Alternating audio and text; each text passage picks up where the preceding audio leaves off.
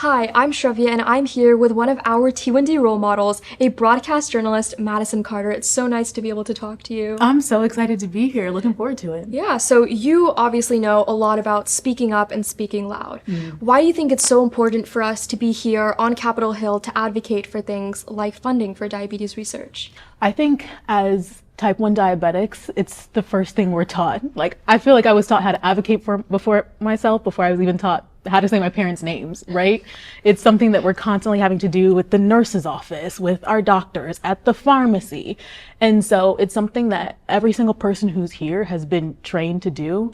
And now it's like what you said, it's time to get loud. It's time to put those voices in a place where they can really resonate and help others, because we all are united by this one common struggle. And it's, being able to afford our supplies and being able to make sure that we continue having this research to get better technology and obviously finally a cure. It's always so inspiring to me to see the next generation. I spent so much of my life, so much of my career doing this kind of work, but I did it in isolation. I felt like I did it without a community around me. Part of that was maybe just like, oh, this is such a struggle and, I'm on my own, but we're not. And so it's incredible to be in community and just to hear how people are using their voices and seeing that next generation, seeing it get passed along, because y'all are the ones that are gonna have to pick up this torch next, For the next generation, do you have a message for all those young diabetics here? Absolutely. It keeps getting better. Today, being able to have the technology that we have has allowed me to finally live a life. And to finally say, like, yes, I am a type 1 diabetic, but I'm a woman first, and I'm a partner, and I get to have a life, and I like to do these hobbies, and I like to play tennis, and I can do all those things. So my message is, by using our voices, by telling people what we need and how it's impacting our lives, it works, and it gets better. That's so empowering. Thank you. Absolutely. Along similar lines, how has diabetes impacted or created challenges for you in your career as a journalist?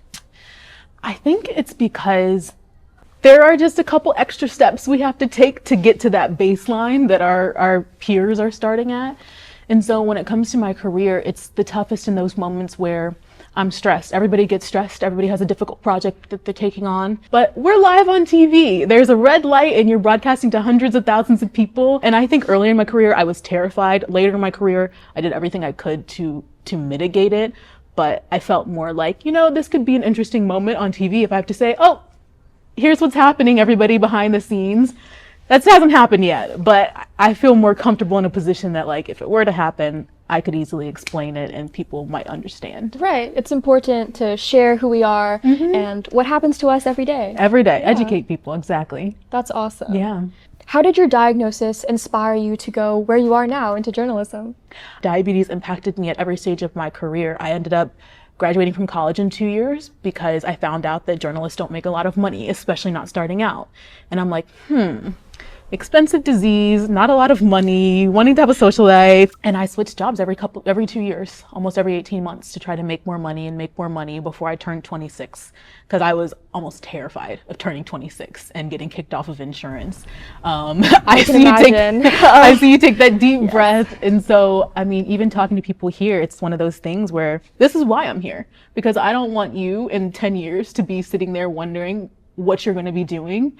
Can you stay at this job that you're at, that you love, that you're passionate about, and afford your supplies? So I think that's one of the reasons why this event is so important to me, and to get more funding for the special diabetes program, because there were a lot of things that I had to do that I don't think we should. Other people don't have to do. That story is so inspiring, and that's an amazing message for all the young diabetics here at Congress. Yeah. So thank you so much for talking to me about that. Absolutely. Great conversation. Thank you.